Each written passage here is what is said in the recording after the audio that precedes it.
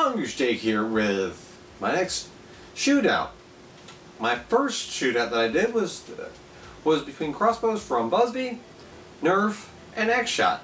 Well, here we are again. Got the X-Shot Turbo Advance going up against the Busby Barbarian and the Nerf SurgeFire. Now, why am I comparing the three of these? Well, if you watch the reviews on each of the individual blasters, they all are pump-action, drum-fed blasters that feature integrated drums and forward pump grips with, at least in two cases, high capacity. Now, I will start out with comparing the three of these and their positives. What do they have an advantage that puts them up above and beyond the two competitors? Well, first and foremost, both the Busby and the X-Shot have higher capacity. They're both 40 round capacity, while the SurgeFire has 15. So that is definitely a point, an advantage for both the X-Shot and Busby. What does the Nerf, in that case, what does the Nerf SurgeFire have over the Busby, Barbarian, and the X-Shot Turbo Advance? Well, ease of use. So, very easy to use. It's compact, it's light, and it's very smooth and easy to prime. What does the Turbo Advance have over the Nerf SurgeFire or the Barbarian? Well, it's smooth again, very easy to prime, very nice ergonomics for everyone. This has the best ergonomics out of the three. It also is very creak-free overall, very easy to use, and if you manage to get your hands on some of the drums, that is a very simple and easy to use drum change. One of the nicest things of the blaster is, again, build quality, ergonomics, and smoothness of the mechanism, as well as how well designed the drum feed is. What does the Barbarian offer over the other two? Power. Pure and simple. If you're just wanting the most powerful blaster, look no further. This thing, I couldn't put it up on the Coronagraph Test, as I've mentioned in the review of it. It just won't work. It's slam fire only. But this thing puts out a tremendous rate of fire and does so with major velocities.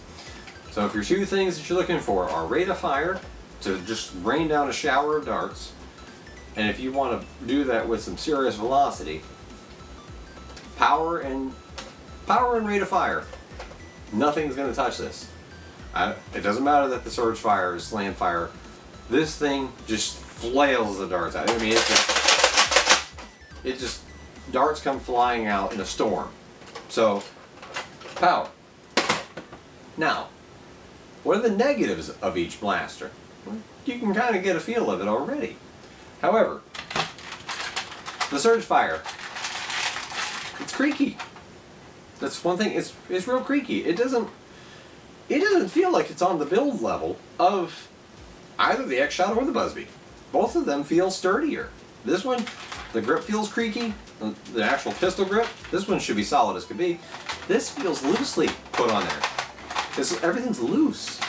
And yes, I actually did take the time to tighten down all the screws and make sure that it's not a flaw in the build. It just all feels creaky and loose. Now, it doesn't come into play if a 10-year-old's running around. Like in my case, I have an 8-year-old and 11-year-old. They both liked it. It's simple to use, it's easy, but it feels creaky. And two big things. Power and capacity. It doesn't have either.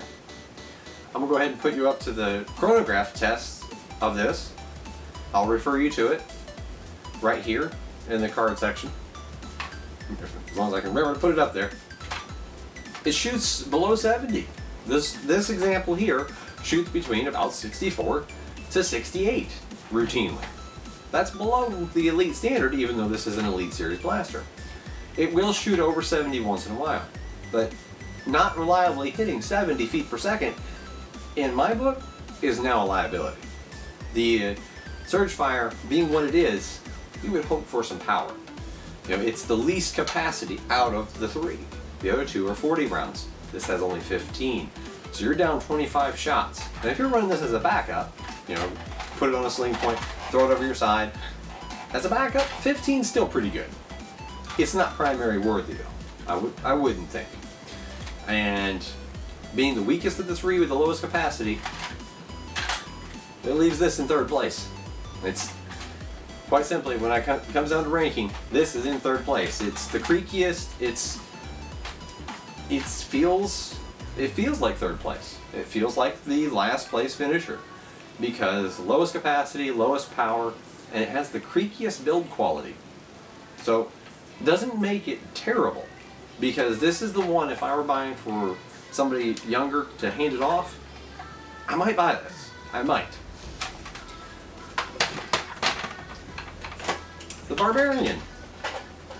What can I say about it?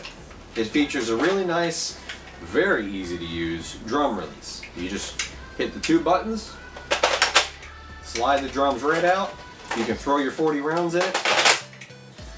And if you need to, I mean, you can put a sling through the fake trigger and throw it around your side, and you can pull this thing out, and you've got a 40 round capacity blaster as a backup.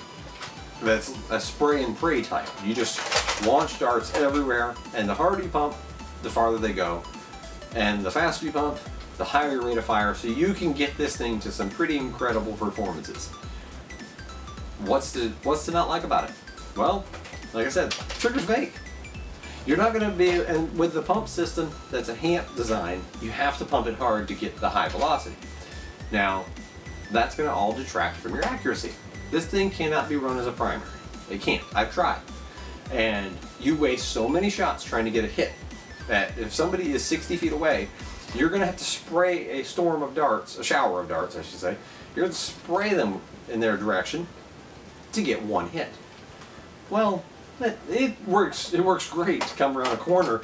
If there's somebody hiding around a corner, you know they are. Well, you can pop around a corner and just annihilate them. However, to pinpoint, shoot somebody at a long range, you know, like say, a sniper rifle, if you want to say it, this can't do it. Just can't. And in my review of it, I touched on it. Cheap darts are going to get eaten alive by this thing. It relies on super high pressure being fired inside of the dart, so it'll blow the tips off of weak darts. So if you use a bunch of import darts from, say, NF Strike or eBay Specials or Lytate, and the tips aren't glued on well, it's going to just tear them apart. And the grip, while it's growing on me, still isn't great. They need to redesign that. But for power and rate of fire, it's literally unbeatable. And the front grip is fantastic. It's got a lot of ways to grip it. It's very comfortable, very ergonomic, and it is fairly easy to reload for a 40 round capacity. So all those things work for it, but it is very limited in what it's going to do. As a secondary, fantastic. I mean, it would be my choice if I wanted to pick a secondary. This is the one. And in that line of thought, I'm gonna give second place to the Barbarian. It's not a bad blaster, but it has a role. It's not an overall one. It's a specific role. So you'll decide whether that's for you or not. If that role is for you, this one moves to first place. If you're looking for a secondary blaster as the lowest price and it matches the capacity of the X-Shot, beats it in power, beats it in rate of fire, and overall is not bad ergonomically, and the build quality, for me, the build quality beats the SurgeFire. So I'm going to give second place to the Barbarian, which obviously leaves only the Turbo Advance. This thing is primary worthy. It has the ability to almost feel like it's running two mags instead of a drum. Where the switch is here, it switches from the inside to the outside or from the outside to the inside. Well, keep track of where you're firing, and you have 20 rounds in each circle. Well, if you've depleted one circle, like say the outer ring, well, switch it to the inner ring, and then start start scavenging, or have a dump pouch, start reloading the outer ring. So that way, as you're using the inner one, you could be reloading the outside, so you're never truly 100% down. That's something the others can't do. Very neat feature. Some people might think that that's gimmicky, but I've already used it to good effect. You never are actually out of ammo. A very smooth function, very quiet. And this thing, when running Busby Precise Pros, punches way above what the SurgeFire can do. I mean, you start getting close to what you're talking about, a 15 to 20 feet per second advantage compared to the SurgeFire. Now, using elite darts in both, this thing still has a 10 feet per second velocity advantage, which is big. This thing becomes suddenly primary worthy. And the build quality, I mean, this thing feels so good, it feels so solid. It's not heavy. I mean, we're still talking about a plastic blaster. It's not heavy, but it feels solid. Something I can't say about the Nerf. The Busby's solid too, but this thing just epitomizes it. It feels very well made. It feels just like I said about their crossbow and the crossbow shootout. This thing feels extremely well made. Now for me, I wish I had the white version, and I think that they could smoothen the looks of it a little bit more, because it's got a lot of busyness going on. Just personal taste. But the ergonomics work for everybody. It's a little bit on the big side, but even my 8-year-old could run around with it, and this was actually the one that she preferred. It's bigger than the SurgeFire, but she preferred it because she knew that it just worked. And as soon as they realized that, hey, this thing shoots harder than that, they could hit me from further distance when I was running the SurgeFire, and I was letting them run the X-Shot. But the X-Shot Turbo Advance, I really don't have anything wrong to say about it other than the simple fact it does not have slam fire. That's not a deal breaker for me, because in most cases that's more than enough rate of fire. And the only time that you would need more, if you really are in a situation where you need that slam fire at a high rate of fire, well, the Busby's probably the better choice. This thing is actually capable, with its higher velocity than the SurgeFire, it's actually capable of taking accurate shots at range, especially if you run Busby Precise Pro darts, because then I was pushing up, well beyond 80 feet per second, and they can actually hit targets at 60, 70, 80 feet. So my pick of the overall winner is the X-Shot Turbo Advance. It is the most expensive of the three, but I think it backs it up and makes it worth it, because it has better performance than the SurgeFire. It has better consistency in accuracy than the Barbarian. And it just feels well built. It feels like something you buy, and it's going to be around a while. So, X-Shot Turbo Advance, the winner of my drum-fed pump-action blaster shootout. And this is Jake. If you stayed to the end, I thank you for watching.